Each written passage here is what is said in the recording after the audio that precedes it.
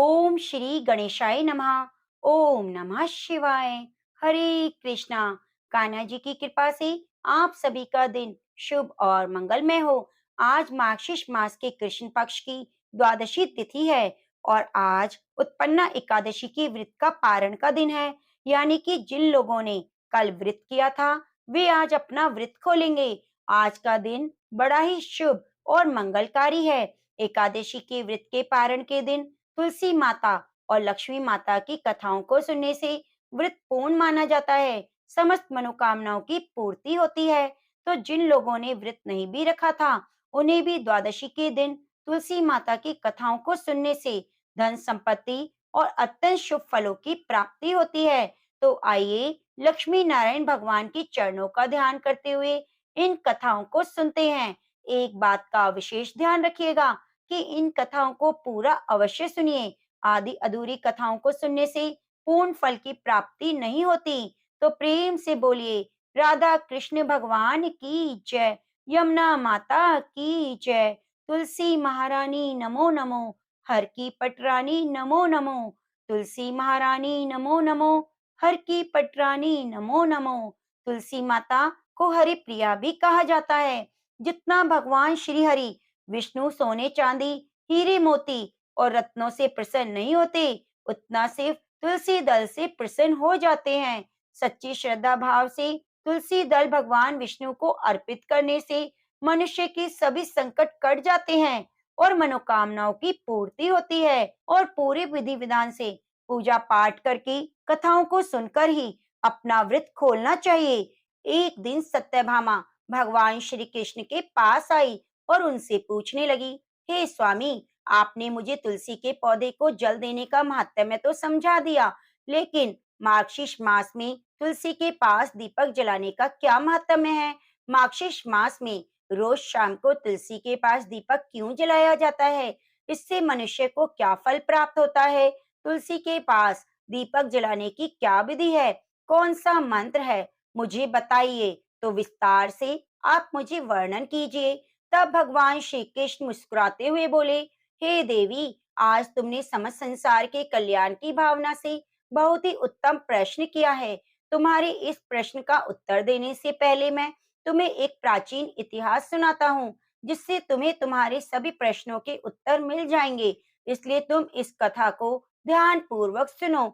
यह सुनकर देवी सत्यभामा ने कहा, हे प्रभु, मैं इस कथा को सुनने के लिए अत्यंत ही उत्सुक हूँ। कृपया मुझे यह कथा सुनाइए, मैं इसे ध्यान पूर्वक सुनूंगी।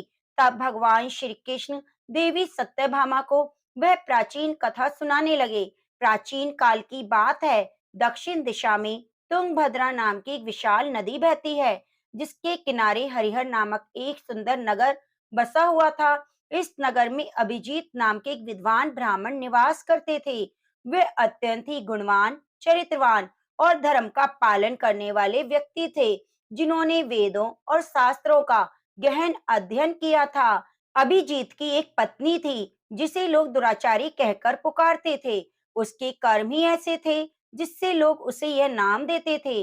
वह हमेशा अपने पति का अपमान करती, उन्हें तुच्छ कहती, उन्हें दुखी करती। उसने कभी अपने पति के साथ प्रेम पूर्वक व्यवहार नहीं किया, ना ही कभी उनके लिए भोजन बनाया। जब पति परिवार के लोगों को घर बुलाते तो वह उन्हें अपमानित करके भगा देती। स्वयं भी वह अन्य व्यभिचारिणी स्त्रियों के साथ घूमती रहती थी। पराये पुरुषों में उसकी रुचि थी। फिर एक दिन अभिजीत ने अपनी पत्नी से कहा, हे भद्रे, तुम्हारा यह आचरण उचित नहीं। इस प्रकार पाप करने से तुम्हारा ही अहित होगा। कृपया अब भी बुरे कर्मों को छोड़ दो। तुम्हारे इस व्यवहार से मुझे अत्यंत दुख होता है। तब पत्नी ने क्रोध में उत्तर दिया, ना जाने किस पाप के कारण मेरा विवाह तुम जैसे भिखारी के साथ हुआ है। लगता है पिछले जन्म में मैंने अवश्य ही कोई बड़ा पाप किया होगा, तभी मुझे ऐसा निर्धन पति मिला। अब मैं और सहन नहीं कर सकती। किसी दिन मैं तुम्हें छोड़ दूंगी और धनवान पुरुष से विवाह करूंगी। फिर अभिजीत ने उत्तर दिया, हे प्रिय, इस प्रकार की अपशब्द मत कहो। अपने पति को त्यागना उचित नहीं है। जो स्त्री अपने पति को छोड़कर पराये पुरुष के पास जाती है, उसे नरक में दंड भोगना पड़ता है। तब पत्नी ने फिर से कटु शब्दों में कहा, तुम्हें ही नरक में जाना पड़ेगा, क्योंकि तुम कोई काम नहीं करते, भीख मांग कर खाते हो। मैं इस झोपड़ी और इस नरक से तंग आ चुकी हूँ। तुम्हारे साथ रहना तो नरक में रहने के समान ही है। फिर भगवान कृष्ण कहते हैं, हे देवी, जो स्त्री अपने पति का अपमान करती है, उसे छोड़कर पराये पुरुषों के पास जाती है, उसके घर में हमेशा दुर्भाग्य आता है और उसे नरक में दंड अवश्य मिलता है। फिर एक दिन वह स्त्री वन में जाकर एक वृक्ष के नीचे खड़ी हो गई, क्योंकि उसका मन काम से भरा हुआ था और वह किसी सुंदर पुरुष की प्रतीक्षा कर रही थी। परंतु बहुत समय बीत जाने पर भी कोई पुरुष नहीं आया, जिससे वह अत्यंत दुखी हो गई। प्रियतम की खोज में वह इधर-उधर भटकने लगी, लेकिन उसे कोई नहीं मिला। उस दिन उसका सारा प्रयास व्यर्थ हो गया। वह रोते हुए कहने लगी, आज कोई भी सुंदर पुरुष इस मार्ग से नहीं आया। मेरी कामना कैसे पूरी होगी? कौन मेरे इस सुंदर शरीर का उपभोग करेगा? मेरी जवानी यूं ही वृथ जा रही है। वह कहने लगी, हे भगवान, कोई ऐसा पुरुष भेजिए जो मेरी इच्छा पूरी कर सके, चाहे वह मेरा भक्षण भी कर ले, मैं प्रसन्नता पूर्वक उसे आलिंगन कर लूंगी। फिर भगवान कृष्ण कहते हैं, हे देवी, इस प्रकार से वह स्त्री जोर जोर से विलाप करने लगी। तब उसी जंगल में एक भयानक बाघ निवास करता था। उस पापिन स्त्री की आवाज सुनकर वह जाग गया और उछलकर उस स्त्री का भक्षण करने के लिए उसके पास आ गया। उस बाघ का नाम ध्वंस था। ध्वंस का रूप अत्यंत ही भयानक था। उसका शरीर काले और नारंगी धारियों से युक्त था, जो जंगल की छाया में घुल मिल जाता था। उसकी आंखें अंगारे की तरह लाल थी, जो अंधेरे में भी चमकती। उसके जबड़े से लंबे तीक्ष्ण दांत बाहर निकले हुए थे, जो किसी भी जीव को चीरने के लिए पर्याप्त थे। ध्वंस की लंबी मजबूत पूंछ उसकी ताकत का प्रतीक थी। वह अपनी बलिष्ठ टांगों से जंगल में तेजी से दौड़ सकता था। ध्वंस का पूरा शरीर शक्तिशाली मांसपेशियों से भरा हुआ था, जिससे वह एक ही झपट्टे में अपने शिकार को धराशायी कर सकता था। उसकी नाक से बार बार गर्म श्वासें निकल रही थी, मानो वह हर पल अगले ही शिकार की तलाश में हो। ध्वंस का एकमात्र लक्ष्य उस दुराचारिणी लोगों का भक्षण करना था, जिन्हें उसकी नीति ने उसे सौंपा था। उस भयंकर भाग को अपने सामने खड़ा हुआ देखकर उस स्त्री के पसीने छूटने लगे और वह थर-थर कांपने लगी। वह स्त्री कुछ करती इतने में ही बाघ ने अपने पंजे से घायल कर दिया और वह स्त्री जमीन पर गिर पड़ी। जमीन पर गिरते हुए वह स्त्री चिल्लाते हुए बोली, अरे बाघ, तू यहाँ किस लिए आया है और मुझे क्यों मार रहा है? मैं यहाँ पर अपने प्रियतम को खोज रही थी। तू मुझे छोड़ दे। मेरा भक्षण करके तुझे क्या मिलेगा? उस स्त्री की यह बात सुनकर वह भयानक बाघ क्षण भर के लिए रुक गया और हंसते हुए बोला, हे दुष्टा, आज विधाता ने तुझे मेरा भोजन नियुक्त किया है। तुझ जैसी पापिन स्त्रियों का भक्षण करना ही मेरा काम है। तभी मुझे इस शरीर से मुक्ति मिलेगी। जब वह स्त्री कहने लगी, हे बाघ, तुम कौन हो? मुझे सच सच बताओ, तुम्हें किस कारण से बाघ होना पड़ा? तुम मुझ जैसी स्त्रियों का भक्षण क्यों करते हो? पहले मुझे सारी बात बताओ, फिर मेरा भक्षण करना। फिर ध्वंस नाम का बाघ कहने लगा, हे पापिन, मैं तुम्हें मेरे पूर्व जन्म का वृतांत सुनाता हूँ कि किस कारण से मुझे बाघ होना पड़ा। पूर्व काल में दक्षिण देश में अमलापाहा नाम की एक पवित्र नदी बहती थी। उसी नदी के तट पर एक नगरी बसी हुई थी। वह नगरी अपने सुंदर मंदिरों, शांत वातावरण और धार्मिक अनुष्ठानों के लिए प्रसिद्ध थी। वहाँ एक ब्राह्मण परिवार निवास करता था, जिसमें मैं जन्मा। मेरा नाम देवदत्त था। मेरे पिता एक आदर्श ब्राह्मण थे। वे यज्ञ हवन का पालन करते। मैंने अपनी किशोर अवस्था में वेदों का अध्ययन किया और यज्ञ आदि धार्मिक कार्य में पारंगत हो गया। लेकिन जैसे जैसे मैं बड़ा हुआ, मेरे मन में धन का लोभ बढ़ गया। मैंने अनेक यज्ञों का आयोजन किया, लेकिन वे धार्मिक उद्देश्य से नहीं, बल्कि धन के लिए थे। मैं पापियों के साथ बैठता, जो धर्म का पालन नहीं करते थे, और उनके साथ भोजन करता। मैंने धन के लोभ में अनेक अनैतिक कार्यों का समर्थन भी किया। धन के मार्ग से भटकते हुए मैंने उन वस्तुओं का भी सेवन किया जिन्हें ब्राह्मणों को नहीं लेना चाहिए। मेरा मन इतना लोभ में डूब गया कि मैं बहाने मार मार कर दूसरों से धन मांगता और फिर वापस नहीं करता। मैंने अनेक प्रकार के छल कपट किए। इस प्रकार पाप करते करते कई वर्ष बीत गए। फिर समय के साथ मेरा शरीर कमजोर हो गया, बाल सफेद हो गए, आंखें धुंधली हो गई, मुंह के दांत गिर गए। लेकिन धन का लोभ अभी भी मेरे मन से नहीं गया और मैं पाप करता रहा। फिर एक दिन धन के लालच में मैं फिर से नदी के किनारे गया, जहां मैंने अन्य धूर्त ब्राह्मणों के साथ मिलकर लोगों को ठगा। हम सभी ने झूठे मंत्रों का उच्चारण किया और बिना विधि विधान के ही देवी देवताओं का पूजन किया। लेकिन इसका उद्देश्य केवल अधिक से अधिक धन दान में प्राप्त करना था। हमने लोगों को धर्म के नाम पर धोखा दिया। फिर उस दिन मैंने काफी धन एकत्रित किया, लेकिन उसी समय मेरे साथ एक भयानक घटना घटी। जब मैं उसी दिन नदी के तट पर बैठा हुआ था, तभी एक बीमार भटकता हुआ कुत्ता मेरे पास आया। मैंने उसे दुत्कार कर भगा दिया, लेकिन क्रोध में आकर उसने मेरा पैर काट लिया, जिससे मैं मूर्छित होकर गिर गया और मेरे प्राण निकल गए। फिर मेरी मृत्यु के बाद यम के दो दूत प्रकट हुए, जो काले और भयानक रूप वाले थे।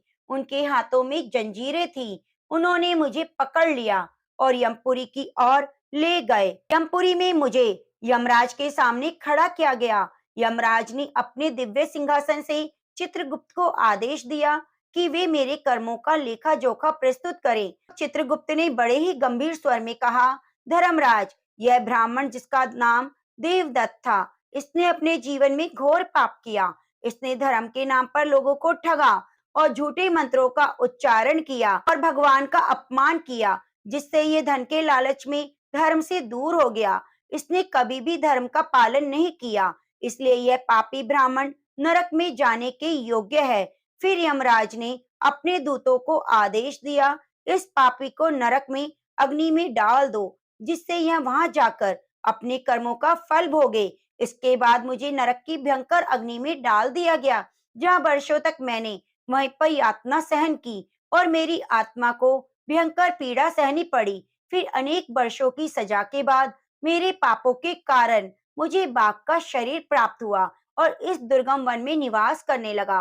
ध्वंस ने अपनी कहानी को समाप्त करते हुए कहा, अपने पूर्व जन्म के पापों का प्रायश्चित करने के लिए मैंने संकल्प किया कि मैं कभी भी महात्मा, साधु और सती स्त्रियों का भक्षण नहीं करूंगा।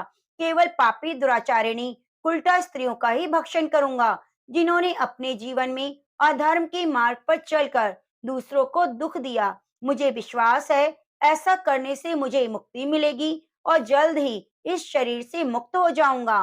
फिर भगवान कृष्ण कहते हैं, हे देवी, इस प्रकार उस बाघ ने अपने पूर्व जन्म का वृतांत सुना दिया और उस स्त्री से कहने लगा, हे पापिन, तेरे आचरण से तू उल्टा दिखाई देती है। अपने पति को छोड़कर इस वन में अन्य पुरुषों के साथ भोग विलास करने आई है, इसीलिए आज तू मेरा आहार अवश्य बनेगी। इतना कहकर उस बाघ ने अपने तीक्ष्ण नाखूनों से उस पापी स्त्री को मारकर खा लिया। फिर वह बाघ उस स्थान से चला गया। उस स्त्री की मृत्यु के बाद उस स्थान पर यम के दो दूत प्रकट हुए। उस पापिन स्त्री को उठाकर यमपुरी में ले गए। वहां पर उसे यमराज के सामने खड़ा किया गया। फिर चित्रगुप्त और उस स्त्री का लेखा जोखा निकालते हुए यम से कहने लगे, हे धर्मराज, यह स्त्री तो अत्यंत पापिन है। इसने घोर पाप किए। इसने व्यभिचार किया और अपने पति की कभी सेवा नहीं की। अपने पति को भूलकर पराये पुरुषों के संग भोग विलास किया करती थी। तब उसके पापों को सुनकर यमराज अत्यंत क्रोधित हो गए और स्त्री को अग्नि से भरे हुए कुंडों में डालने का आदेश दिया। यमराज के आदेश को सुनकर वह स्त्री अत्यंत भयभीत हो गई। फिर वह दुराचार स्त्री यमराज से कहने लगी, हे धर्मराज, मुझ पर कृपा कीजिए। मैंने ये अनजाने में पाप किए हैं। कृपया मुझे प्रायश्चित करने का अवसर दीजिए। यमराज कहने लगे, हे स्त्री, तुमने जो पाप किए हैं वह निंदनीय हैं। तुम्हारे पापों का कोई प्रायश्चित नहीं। जो स्त्री अपने पति का त्याग करती है, दूसरे पुरुषों के संग विहार करती है, उसे निश्चित ही नरक में जाना पड़ता है, इसलिए अब तुम्हें नरक की यातनाएं भोगनी पड़ेंगी। फिर यमराज ने अपने दूतों से कहा, हे दूतों, इस पापी स्त्री को ले जाओ और भयंकर नरकों में डाल दो, ये उसी के योग्य है। फिर यम के दूत उस स्त्री को नरक में ले गए, जहां उसे अनेक वर्षों तक जलते हुए तेल के कुंड में पकाया गया, फिर निकालकर रोरव नामक नरक में डाल दिया गया। कई वर्षों तक अलग अलग नरकों में डाला गया। फिर कष्ट भोगने के बाद वह महापाप स्त्री पुनः पृथ्वी लोक पर आकर चंडालनी के रूप में जन्मी। फिर चांडाल के घर में जन्म लेकर फिर से अनेक पाप करने लगी, जिससे वह व्यभिचार में लिप्त हो गई और कई पापी पुरुषों के संग विहार करने लगी। फिर कुछ समय बाद पूर्व जन्म के पापों के कारण उसे कोढ़ का रोग हो गया। वह भयानक पीड़ा सहन करने लगी। उसका शरीर जलने लगा, आंखों में पीड़ा होने लगी। इस कष्ट को सहते हुए वह दिन बिताने लगी। फिर एक दिन वह तीर्थ में स्नान करने के उद्देश्य से अंतपुर में चली गई। वहां पर एक आश्रम के बाहर निवास करने लगी, जहां उस आश्रम में एक तुलसी का पौधा था। स्त्रियों को वहां तुलसी के पास दीपक जलाते हुए देखकर उस पापिन स्त्री को आश्चर्य हुआ। फिर एक दिन उस स्त्री ने वहां निवास करने वाले एक साधु से पूछा, हे साधु महाराज, ये कौन सा पौधा है? स्त्रियां यहाँ दीपक क्यों जला रही हैं? तब साधु ने कहा, हे कल्याणी, ये अत्यंत पवित्र तुलसी का पौधा है। इसके दर्शन मात्र से संकटों का नाश होता है और तुलसी में जल देने से सभी देवी देवताओं की कृपा प्राप्त होती है। इसके पास दीपक जलाने से सभी पाप नष्ट हो जाते हैं। तब साधु की बात सुनकर उस स्त्री को बहुत प्रसन्नता हुई और उसने साधु से पूछा, साधु महाराज, यदि कोई अत्यंत पापी स्त्री भी दीपक जलाए तो क्या उसके पाप नष्ट हो जाएंगे? साधु ने उत्तर दिया, हे पुत्री, यह सत्य है। यदि किसी स्त्री ने घोर पाप भी किया हो तो तुलसी के पास दीपक जलाने से उसके सभी पाप नष्ट हो जाएंगे। किंतु हे पुत्री, तुम कौन हो? इस प्रश्न को पूछने का क्या कारण है? तब वह स्त्री कहती है, हे साधु महाराज, मैं महापापिन हूँ। मैंने व्यभिचार किया, अनेक प्रकार के पाप किए। मेरे पापों के कारण ही मेरी दुर्दशा हुई है। कृपया मुझे पापों से मुक्ति का उपाय बताएं। फिर साधु कहते हैं, हे पुत्री, अब से तुम नित्य नियम से तुलसी को जल से सींचो और दीपक जलाओ, इससे तुम्हारे सभी पाप नष्ट हो जाएंगे। फिर साधु की बात सुनकर उस पापी स्त्री ने भी वही किया। तुलसी के पास एक दीपक प्रज्वलित किया और तुलसी को जल से सींचा। इस प्रकार से वह स्त्री नित्य नियम से तुलसी के पास दीपक जलाने लगी। फिर एक दिन वह स्त्री शाम के समय तुलसी के पास दीपक जलाने लगी तो उसी समय उसकी हृदयघात से मृत्यु हो गई और वह जमीन पर गिर पड़ी। फिर यमराज के दो दूत उस स्त्री को यमलोक में ले जाने के लिए प्रकट हुए। जैसे ही यम के दूत उस पापी स्त्री को पाश में बांधकर ले जाने लगे, तभी भगवान विष्णु के दो पार्षद उस स्थान पर प्रकट हुए। वे दिव्य पार्षद अत्यंत तेजस्वी थे। उनके शरीर से स्वर्ण प्रकाश की किरणें निकल रही थी, जो चारों ओर अंधकार को दूर कर रही थी। उनका रूप इतना मोहक और दिव्य था कि उन्हें देखकर किसी का भी मन श्रद्धा से भर जाता। चेहरे पर शांत मुस्कान थी, जो अपार करुणा और दया का प्रतीक थी। वस्त्र रतन जड़ित और रेशमी थे। बैकुंठ का सौंदर्य उनके व्यक्तित्व में समाया हुआ था। उनके कानों में सुनहरे कुंडल झूल रहे थे, जिनसे दिव्य संगीत की ध्वनि प्रतीत होती थी। उनके माथे पर तिलक और चमकती बिंदी थी, जो उनकी दिव्यता का सूचक थी। वे दोनों विशाल बलिष्ठ थे। उनके हाथों में दिव्य गदा थी, जो न्याय और धर्म का शक्ति का प्रतीक थी। वे स्त्री को अपने दिव्य स्पर्श से मुक्ति का आश्वासन देने आए थे, जिससे उसके सभी पाप नष्ट हो सके, उसे स्वर्ग की यात्रा का अधिकारी बना सके। तब उन पार्षदों ने यमराज के दूतों को रोक लिया और कहने लगे, हे यमदूतों, इस स्त्री को छोड़ दो, ये नरक में जाने योग्य नहीं है। तुम किसके आदेश से ये कर रहे हो? फिर यम के दूतों ने कहा, हे पार्षदों, हम यमराज के आदेश से इस पापिन स्त्री को लेने आए हैं, किंतु आप हमें किस कारण से रोक रहे हो? यह स्त्री अत्यंत पापिन है, इसे नरक में ले जाने की आज्ञा मिली है। यह सुनकर भगवान विष्णु के पार्षद मुस्कुराए और बोले, हे यमदूत, तुम सत्य बोलते हो, लेकिन इस स्त्री का एक ऐसा भी पुण्य है जिसने इसके सभी पापों को मिटा दिया है। क्या तुमने देखा नहीं, इसने जीवन में संध्या के समय तुलसी के पास दीपक जलाया, तुलसी को जल से सींचा। तब यमदूतों ने चकित होकर पूछा, हे पार्षदों, क्या केवल तुलसी के पास दीपक जलाने और तुलसी को जल से सींचने से इतने पाप नष्ट हो जाएंगे? फिर भगवान विष्णु के पार्षदों ने गहन दृष्टि से यमदूत की ओर देखा और समझाया, तुम इस बात को नहीं समझते। यमदूत, तुलसी भगवान की परम प्रिय है। जो श्रद्धा भक्ति के साथ तुलसी माता की पूजा करता है, दीपक प्रज्वलित करता है, उस पर भगवान विष्णु की असीम कृपा प्राप्त होती है। संध्या के समय दीपक जलाने का पुण्य अनंत गुना बढ़ जाता है और यह न केवल पापों को नष्ट करता है, बल्कि स्वर्ग का अधिकारी भी बनाता है। इस स्त्री ने सच्चे मन से तुलसी पूजन किया, इसीलिए इसके सभी पाप नष्ट हो गए।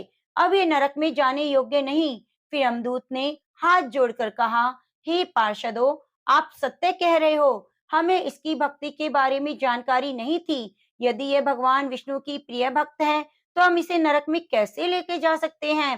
फिर भगवान विष्णु के पार्षदों ने मधुर स्वर में कहा, हे यमदूतों, अब तुम लौट जाओ। इस स्त्री ने मार्गशीर्ष मास में तुलसी की सेवा की, एकादशी के दिन दीपक प्रज्वलित किया, इससे इसके सभी पाप नष्ट हो गए हैं। इसे विष्णु लोक में ले जाया जाएगा। अब ये स्वर्ग की अधिकारिणी बन गई है। पार्षदों की बात सुनकर यमदूतों ने स्त्री को छोड़ दिया और यमलोक को लौट गए। तब वहां जाकर उन्होंने यमराज को सारा वृतांत कह सुनाया।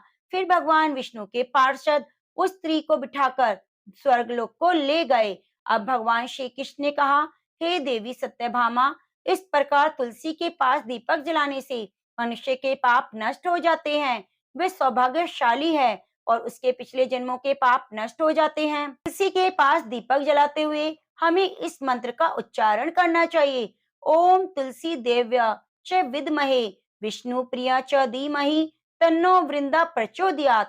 भगवान कृष्ण ने कहा, देवी, हजारों अमृत के घड़ों से नहलाने पर भी श्री हरि को उतनी तृप्ति नहीं मिलती जितनी तुलसी का एक पत्ता चढ़ाने से मिलती है। 100,000 गोदान से जो फल होता है, वही फल तुलसी पत्र के दान से मिल जाता है। अब भक्त तुलसी के पास दीपक जलाता है, निहित ऊर्जा नकारात्मक शक्तियों को नष्ट कर देती है और घर में देवी देवताओं का वास होता है। संध्या के समय दीपक जलाकर तुलसी माता की आरती करनी चाहिए और भगवान विष्णु का स्मरण करना चाहिए। तुलसी के पास दीपक जलाते समय ओम नमो भगवते वासुदेवाय नमः मंत्र का जाप जरूर करना चाहिए। तो प्रेम से बोलिए, तुलसी माता की जय। वो शुरू करते हैं।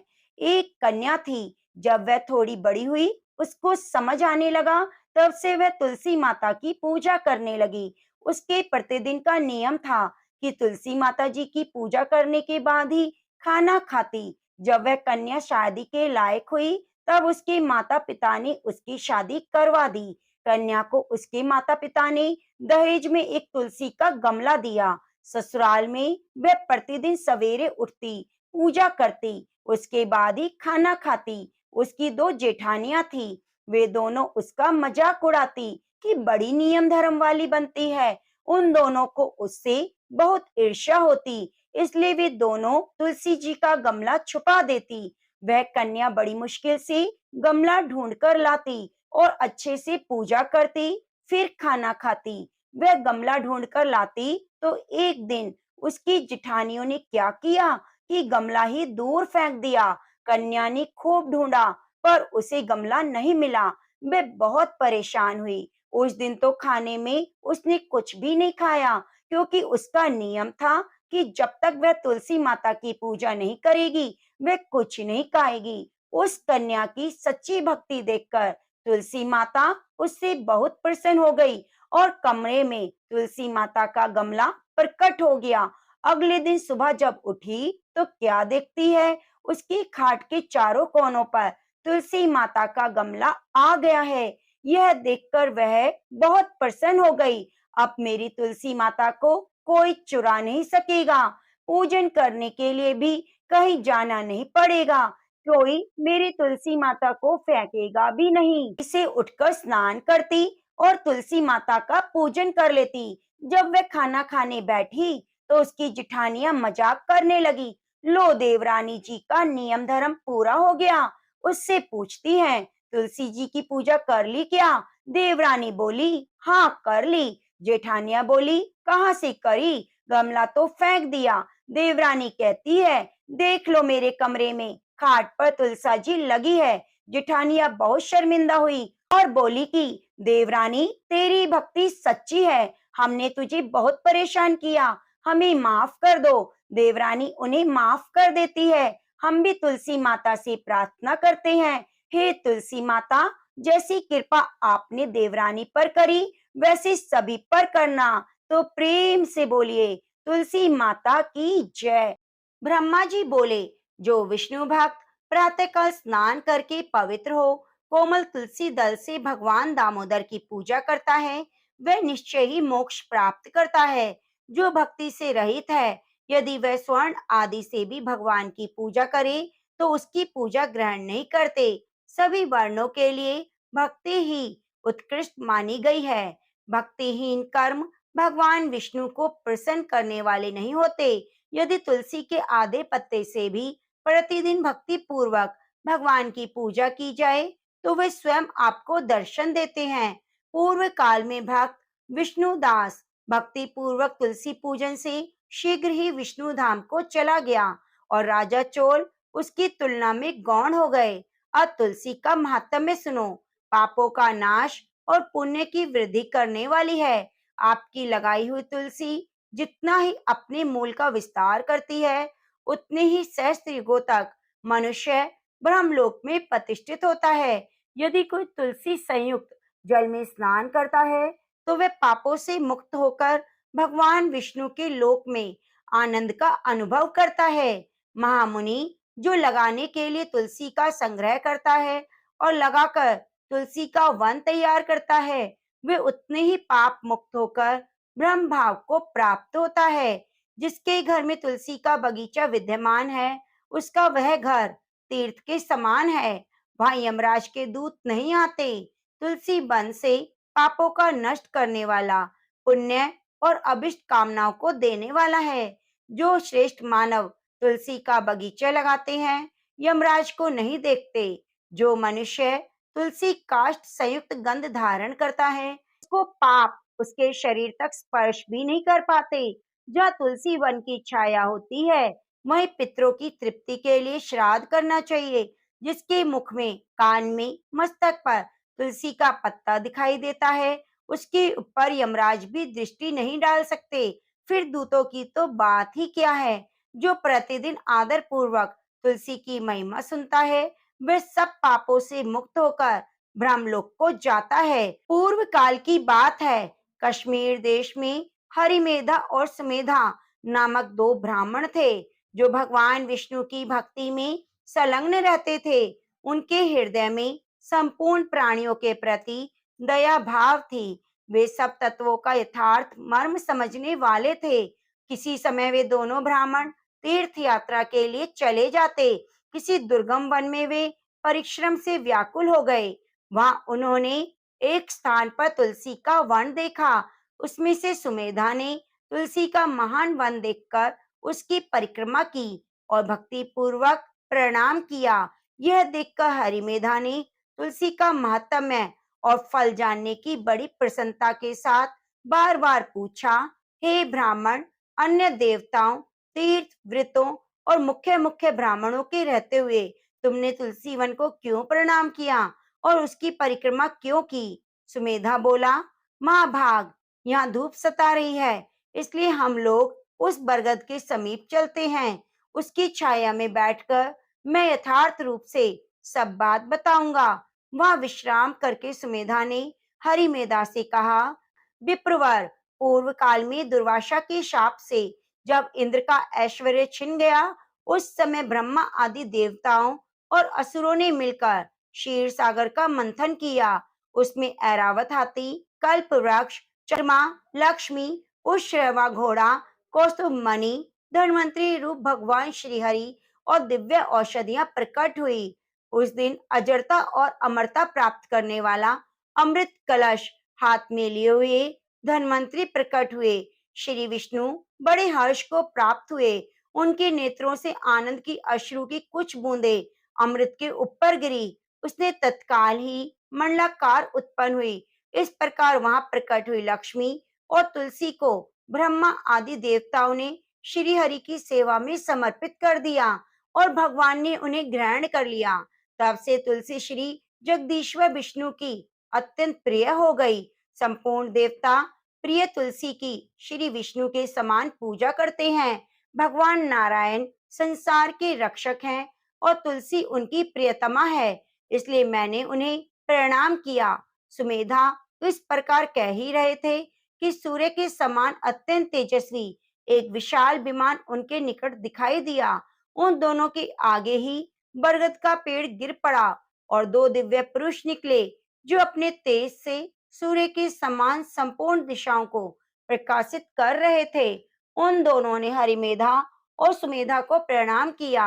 उन्हें देखकर वे दोनों ब्राह्मण भी विचलित हो गए और आश्चर्यचकित हो बोले, आप दोनों कौन हैं? देवताओं के समान आपका सर्व मंगल में स्वरूप है।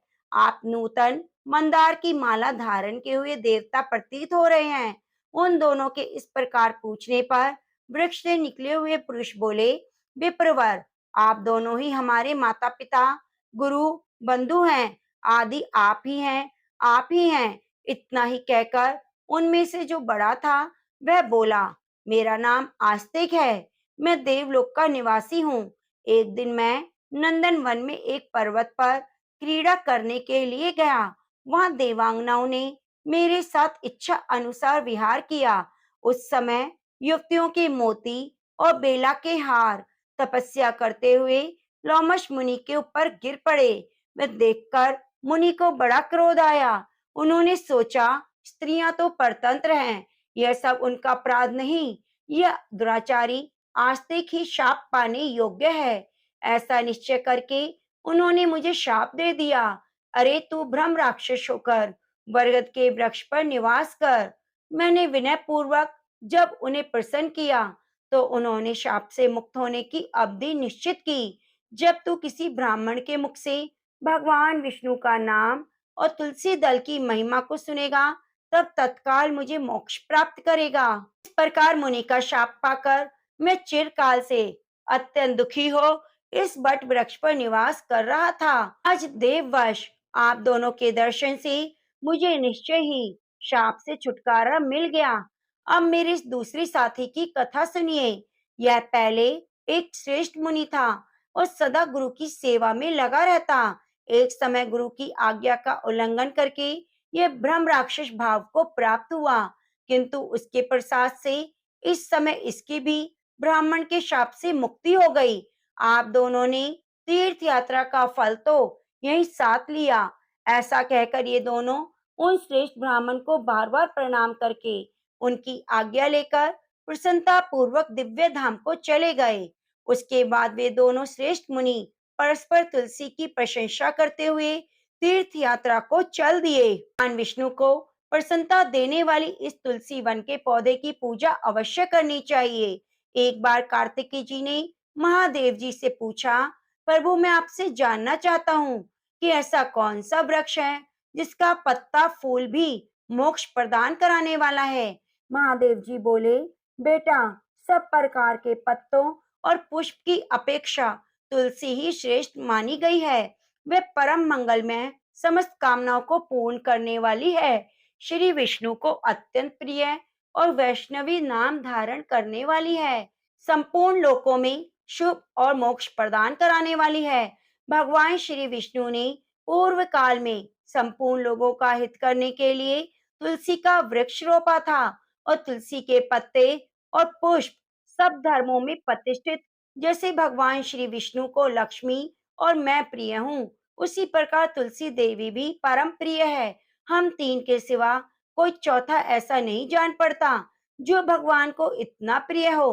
तुलसी दल के बिना दूसरे दूसरे फलों, फूलों, पत्तों, चंदन आदि के लेपों से भगवान विष्णु को संतोष नहीं मिलता, जितना तुलसी दल के द्वारा पूर्ण श्रद्धा के साथ भगवान विष्णु का पूजन किया है। उसने दान, होम, यज्ञ व्रत आदि सभी पूर्ण किए हैं। तुलसी दल से भगवान की पूजा कर लेने पर कांति, सुख, भोग, सामग्री, यश, लक्ष्मी, पुत्र, कन्या, धन, राज्य, आरोग्य, ज्ञान, विद्वान, वेद, वेदांत, शास्त्र, पुराण, तंत्र संहिता सब कुछ तत्काल मिल जाता है। जैसे पुण्य शलीला गंगा मुक्ति प्रदान करने वाली है, उसी प्रकार यह तुलसी भी कल्याण करने वाली है। स्कंद पुराण में यदि मंजरी युक्त तुलसी पत्र से भगवान श्री विष्णु की पूजा की जाए तो उसके पुण्य फल का वर्णन करना असंभव है। जो तुलसी का वन है, वहीं भगवान विष्णु का सामीप्य है, वहीं ब्रह्मा और लक्ष्मी भी संपूर्ण देवताओं के साथ विराजमान हैं। इसलिए अपने निकटवर्ती स्थान में तुलसी देवी को रोप कर उनकी पूजा अवश्य करनी चाहिए। तुलसी के निकट जो स्तोत्र मंत्र आदि का जप किया जाता है, वह अनंत गुना फल देने वाला होता है। प्रेत, पिशाच, ब्रह्म, राक्षस, भूत, दैत्य आदि सब तुलसी के वृक्ष से दूर भागते हैं। ब्रह्म हत्या आदि पाप और खोटे विचार से उत्पन्न होने वाले रोग, यह सब तुलसी वृक्ष के समीप नष्ट हो जाते हैं। जिसने श्री भगवान की पूजा के लिए पृथ्वी पर तुलसी का बगीचा लगा दिया, उसने उत्तम दक्षिणा से युक्त 100 यज्ञों का विधिवत अनुष्ठान पूरा कर लिया। जो श्री भगवान की प्रतिमा और शालिग्राम शिला पर तुलसी दल को प्रसाद रूप में ग्रहण करता है, वह विष्णु की संयोजी हरि की पूजा करके उन्हें निवेदन किए हुए तुलसी दल को मस्तक पर धारण करता है, वह पाप शुद्ध होकर स्वर्गलोक को प्राप्त होता है। कलयुग में तुलसी का पूजन, कीर्तन, ध्यान, रोपण, धारणा करने से वह पापों को जलाती है और मोक्ष को प्रदान कराती है। जो तुलसी के पूजन आदि का दूसरों को उपदेश देता है और स्वयं भी आचरण करता है, वह भगवान श्री लक्ष्मीपति के परम धाम को प्राप्त होता है। जो वस्तु भगवान श्री विष्णु को प्रिय जान पड़ती है, वह मुझे अत्यंत प्रिय है। श्राद्ध, यज्ञ आदि कार्यों में तुलसी का एक पत्ता महान पुण्य देता है। जिसने तुलसी की सेवा की है, उसने गुरु, ब्राह्मण, देवता, तीर्थ सबका भलीभांति सेवन किया है। इसलिए तुम तुलसी का सेवन करो। जो शिखा में तुलसी स्थापित करके प्राणों का परित्याग करता है, वह पाप राशि से मुक्त हो जाता है। अश्व यज्ञ की भांति व्रत और स्वयं के द्वारा धीर पुरुष जिस गति को प्राप्त करता है, वही उसे तुलसी की सेवा से मिल जाती है। तुलसी के एक पत्र से श्री हरि की पूजा करके मनुष्य वैष्णव को प्राप्त करता है। उसके लिए अनन्य शास्त्रों के विस्तार की क्या आवश्यकता है। जिसने तुलसी की शाखा और कोमल पत्तियों से भगवान की पूजा की है, वह कभी माता का दूध नहीं पीता, उसका पुनर्जन्म नहीं होता। तुलसी दल के द्वारा प्रतिदिन श्री हरि की पूजा करके मनुष्य अपने सैकड़ों और हजारों पीढ़ियों को पवित्र कर देता है। यह मैंने तुमसे तुलसी के प्रधान प्रधान गुण बतलाए। संपूर्ण गुणों का वर्णन तो बहुत अधिक समय लगाने पर भी नहीं हो सकता। यह उपाख्यान पुण्य राशि का संचय करने वाला है। जो प्रतिदिन इसका श्रवण करता है, वह पूर्व जन्म में किए हुए पाप और जन्म मृत्यु के बंधन से मुक्त हो जाता है। इस अध्याय का पाठ करने वाले मनुष्य को कभी रोग नहीं सताते, अज्ञानता उसके निकट नहीं आती और वह सदा विजयी होता है। ब्राह्मणों ने कहा, गुरुदेव, हमने आपके मुख से तुलसी के पत्र और पुष्प का शुभ महात्म्य सुना, जो भगवान विष्णु को बहुत प्रिय है। अब हम लोग तुलसी के पुण्य में स्तोत्र का श्रवण करना चाहते हैं। व्यास जी बोले, ब्राह्मणों, पहले स्कंद पुराण में जो कुछ बतलाया है, वह मैं कहता हूँ। शतानन मुनि के शिष्य कठोर व्रत का पालन करने वाले थे। उन सब में एक दिन गुरु को प्रणाम करके परम पुण्य और हित की बात पूछी। हे नाथ, बताइए, आपने पूर्व काल में ब्रह्मा जी के मुख से तुलसी जी के जिस स्तोत्र का श्रवण किया, उसको हम सुनना चाहते हैं। शतानंद जी बोले, शिष्यगण तुलसी का नाम उच्चारण करने पर असुरों का दर्प दलन करने वाले भगवान श्री विष्णु प्रसन्न होते हैं और मनुष्य के पाप नष्ट हो जाते हैं। उसे अक्षय पुण्य की प्राप्ति होती है, जिसके दर्शन मात्र से करोड़ों गोदान का फल मिलता है।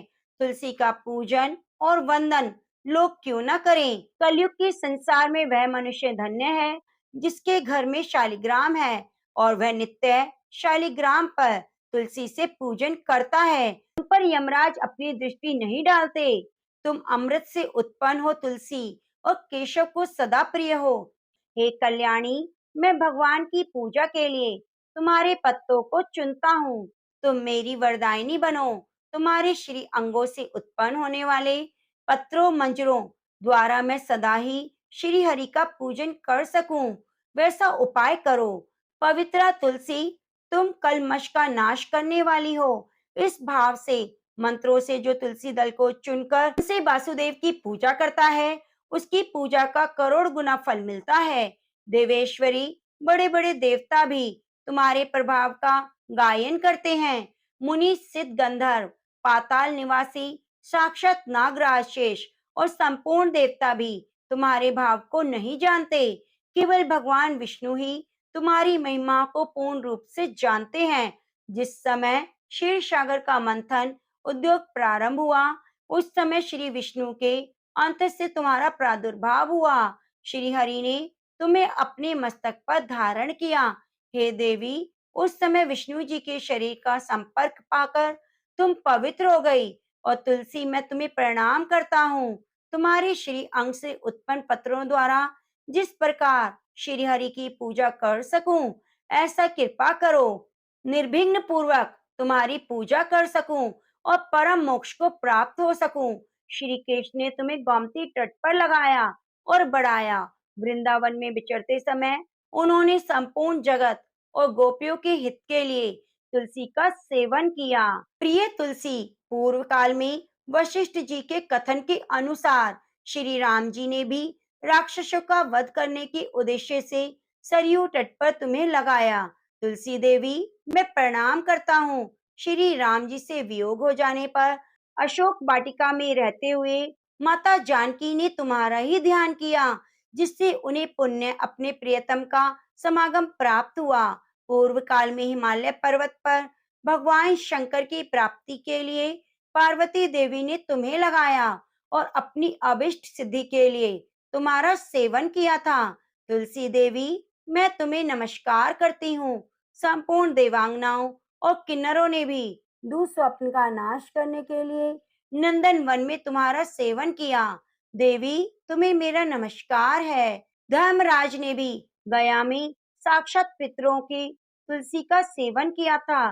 दंडकारण्य में भगवान श्री राम जी ने अपने हित की साधना की इच्छा से पवित्र तुलसी का वृक्ष लगाया और लक्ष्मण सीता ने बड़ी भक्ति भाव से उसे पोसा था। जिस प्रकार शास्त्रों में गंगा जी को त्रिभुवनी कहा गया है, उसी प्रकार तुलसी देवी संपूर्ण चराचर जगत में दृष्टि गोचर है।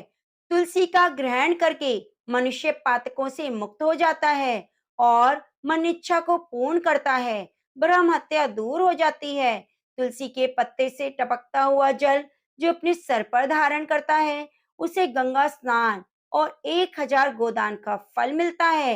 हे देवी, मुझ पर प्रसन्न हो। देवेश्वरी, हरि प्रिया, मुझ पर प्रसन्न हो जाओ। क्षीर सागर के मंथन से प्रकट हुई देवी, मैं तुम्हें प्रणाम करता हूँ। रात्रि में जागरण करके जो तुलसी स्तोत्र का पाठ करता है, भगवान विष्णु उसके 32 अपराध क्षमा करते हैं। बाल्य अवस्था, कुमार अवस्था, जवानी, बुढ़ापे में जितने पाप किए हैं, वे तुलसी स्तोत्र से नष्ट हो जाते हैं। भगवान सुख और अभी उदय प्रदान करते हैं। जिस घर में तुलसी का स्तोत्र लिखा हुआ है, विद्यमान है, उसका कभी अशुभ नहीं होता। सब जगह मंगल ही मंगल होता है, किंचित भी अमंगल नहीं होता। उसके सदा सुख रहता है। घर प्रचुर धन धान्य से भरा रहता है। तुलसी स्तोत्र का पाठ करने वाले मनुष्य के हृदय में भगवान विष्णु अविचल भक्ति होती है और वैष्णव में कभी भी वियोग नहीं होता। इतना ही नहीं, उसकी बुद्धि कभी अधर्म में नहीं लगती। जो द्वादशी की रात्रि में जागरण करके तुलसी स्तोत्र का पाठ करते हैं, उसे करोड़ों तीर्थों के सेवन का फल मिलता है। मैया की जय हो। तुलसी शालिग्राम की जय हो। हरे कृष्णा। प्रिय भक्तजनों, आप हमारे चैनल को सब्सक्राइब जरूर कीजिए और कमेंट बॉक्स में तुलसी माता की जय जरूर लिखिए।